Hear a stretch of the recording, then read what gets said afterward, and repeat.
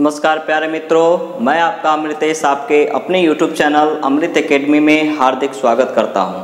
दोस्तों, आज हम pH स्केल मशीन के विषय में बताने जा रहे हैं। यह एक केमिस्ट्री का छोटा सा टॉपिक होगा।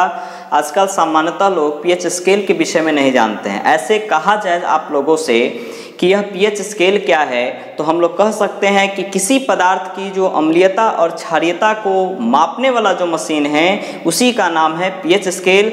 ऐसे इसका एग्जैक्ट डिफिनीशन क्या होता है कि pH स्केल जो है किसी पदार्थ में हाइड्रोजन आयन की सांद्रता को व्यक्त करने के लिए बनाया गया है। यानी हाइड्रोजन आयन की जो सांद्रता होती है उसी को मापने के लिए pH स्केल बनाया गया। आखिर यह pH स्केल क्या है, पदार्थों में pH स्केल का क्या रोल है, कितना होता है, इस सभी के विषय में हम लोग पढ़ रहे हैं। सबसे पहले आते हैं कि यह pH स्केल में pH का क्या मान होता है, इसका फुल फॉर्म क्या है। तो हमेशा रखिएगा दोस्तों ध्यान, pH stands for potential of hydrogen, potential of hydrogen, या कह सकते हैं पावर ऑफ हाइड्रोजन। ये दोनों फॉर्म को कभी कभी पूछ दिया जाता है। कभी भी पूछा जाए pH स्केल में pH का मतलब क्या है, तो पोटेंशियल ऑफ हाइड्रोजन कहेंगे या पावर ऑफ हाइड्रोजन भी कह सकते हैं। pH का क्या रोल है या क्या इससे मापते हैं, तो इस पर हम लोग किसी भी पदार्थ में कोई भी पदार्थ में वह पदार्थ अम्लीय है यानी एसिड है, अम्लीय है या क्षारीय है यानी बेस है, क्षारीय है, इसी की पहचान की जाती है। यानी pH स्केल पर किसकी पहचान की जाती है, तो अम्लीयता और क्षारीयता की पहचान। दूसरा, इसी pH स्केल में हम लोग हाइड्रोजन आयन जिसको H+ कहते हैं, यानी H+ मतलब क्या, हाइड्रोजन आयन को व्यक्त किया जा रहा है। हाइड्रोजन आयन की सांद्रता को व्यक्त करता है।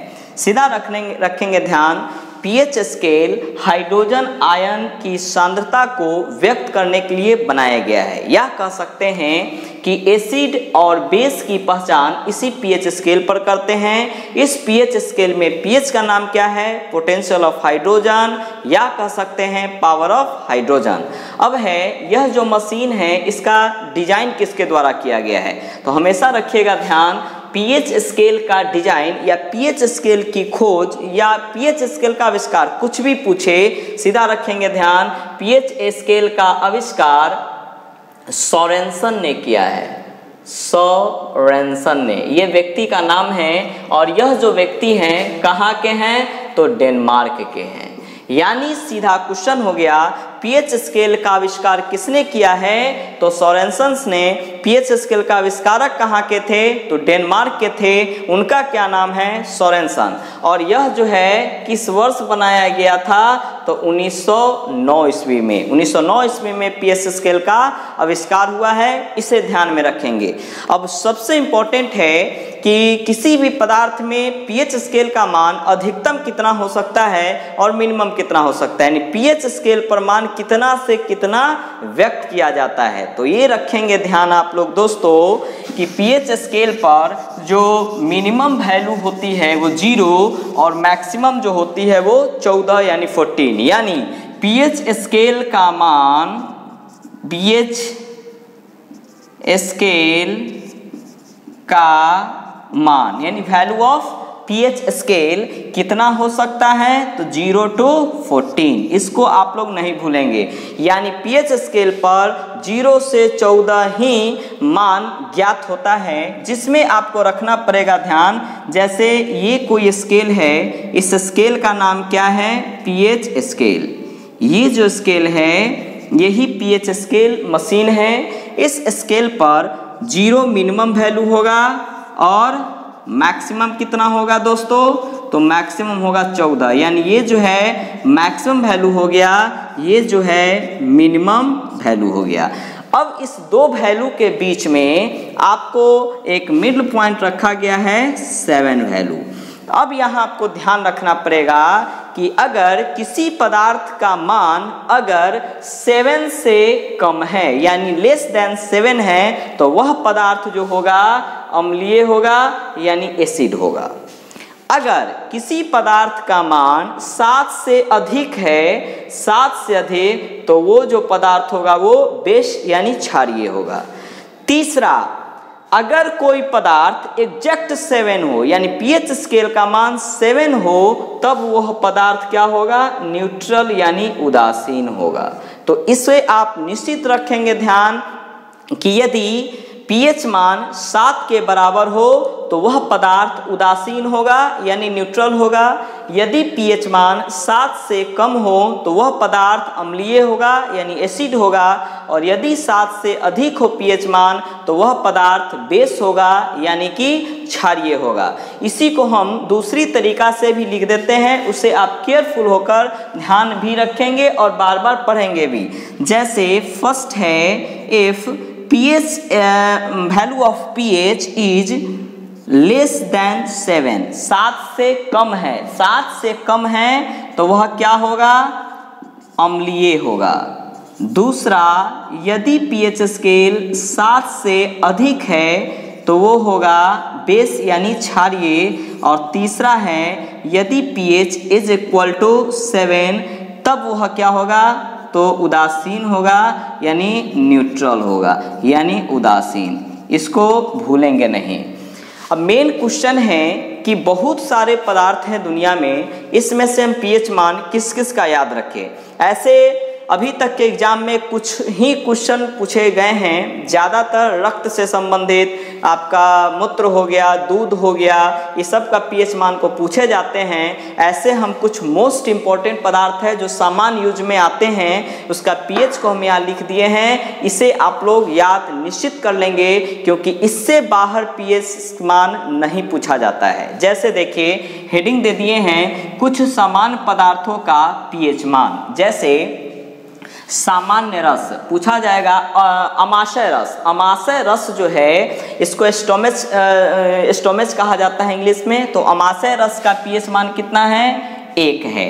बैटरी में जो हम लोग एसिड का उपयोग करते हैं, जो सामान्यतः बैटरी में उसमें भी एसिड ही होता है और उसका जो पीएच मान होगा 1 होगा। नींबू में पीएच मान कितना, 1 होता है। सॉरी 1 नहीं है, यहाँ पर 2.2 होता है, यानी नींबू का पीएच मान कितना है, 2.2 है। तीसरा जो है सिरका, सिरका का है 2.4, शराब का पीएच मान 2.8, सोडा का होगा 3.2, टमाटर और बियर, टमाटर और बियर जो होता है उसका पीएच पूछे तो 4.4, यानी टमाटर का भी 4.4, बियर का भी 4.4। पसीना का पीएच पूछे 4.5, अम्लीय वर्षा यानी एसिड रेन का पीएच 5.6, मूत्र का होता है 6, दूध का होता है 6.4 और लार का होता है 6.5। यानी इस साइड में जो लिखा गया है क्या यह 7 से कम है या ज़्यादा है या 7 से बराबर है, तो ये तो 7 से कम है ना, यानी ये सभी जो हो गया पदार्थ, ये सभी का सभी पदार्थ क्या है, तो ये सभी का सभी पदार्थ एसिड है यानी कि अम्लीय प्रकार का होगा। उसके बाद देखा जाए शुद्ध जल, जो शुद्ध जल होती है वह होता है न्यूट्रल, ना उदासीन है और ना ही एसिड है, वह न्यूट्रल है। क्यों, क्योंकि इसका पीएच मान कितना है, इक्वल टू 7 है, 7 के बराबर है। तो ये आपका हो गया उदासीन। इससे आगे जो होगा 7 से अधिक अगर पीएच मान, तब वो क्या होगा, बेस। और इसके बाद जितने भी हम लिखे हैं, जैसे आंसू जल, आंसू जल का पीएच है 7.3। रक्त, ये मोस्ट इंपॉर्टेंट है, ये हमेशा पूछता है, ब्लड का पीएच मान कितना है 7.4। शुद्ध समुद्र जल का कितना है 8.4। बेकिंग सोडा का पीएच 9.2। चूना जल का 11, अमोनिया का 11.6 और साबुन युक्त जल यानी जिस जल में साबुन घुला था उसका पीएच पूछा जाए तो 12.5 यानी 12.5 होता है पीएच। यानी ये सभी जो यहाँ से लिया गया है यानी 14 से लेके 20 तक यह सब जो पदार्थ होगा वो क्षारीय प्रकृति का होगा। इसमें हम जो लिखे हैं इसको हमेशा बार बार लिखने का प्रयास करेंगे तो ये याद भी होगा। अब दोस्तों अभी हम लोगों ने पीएच स्केल पर अम्लीय और क्षारीय की पहचान को जिस मशीन से करते हैं उसके विषय में पढ़ा। हम जो अगला वीडियो लाएंगे वो केमिस्ट्री का ही होगा और उसमें हम लोग पढ़ेंगे आखिर यह अम्ल क्या है और क्षार क्या है और ये सब जो हम लोग जान रहे हैं इसका पूरा डिटेल पढ़ेंगे। अम्ल का जो खोज किया गया किस किस के द्वारा, क्षार की खोज किस किस के द्वारा, क्या होता है अम्ल, और इसमें बहुत तरह के फुल डिटेल्स पढ़ेंगे जो आपको सिविल सर्विसेज के एग्जाम में भी काम आएंगे। पूरी तरीके से ये 2 वीडियो होगा इसके बाद, एक अम्ल का अलग और क्षार का अलग। मिनिमम हाफ एन आवर का होना चाहिए एक एक वीडियो, इसीलिए क्योंकि मैं इसको सिविल सर्विसेज के अकॉर्डिंग ही इस वीडियो को बना रहा हूं और एक एक क्वेश्चन को आप देखेंगे और अगर आप उस सभी को देख लेते हैं तो बाकी जितनी भी वीडियो होगी यानी जितने भी क्वेश्चन होंगे वो सभी का सभी आपको एक ही वीडियो में मिल जाएगा। अलग अलग किताब पढ़ने की आपको कोई जरूरत नहीं होगी। ओके, इसलिए आप लोग अगले वीडियो को निश्चित देखेंगे। इसी पार्ट का अगला सीरीज होगा वो, लेकिन वो जो होगा अम्ल, भस्म और क्षार का पार्ट 1 वीडियो। तब तक के लिए आप इस वीडियो को बार बार देखें, लाइक करें, सब्सक्राइब करें और मैक्सिमम लोगों को जोड़े। इसी से हमारा जो मनोबल है वो भी बढ़ता है और आप लोगों को मैक्सिमम से मैक्सिमम भी फायदा होगा। तब तक के लिए धन्यवाद, थैंक यू।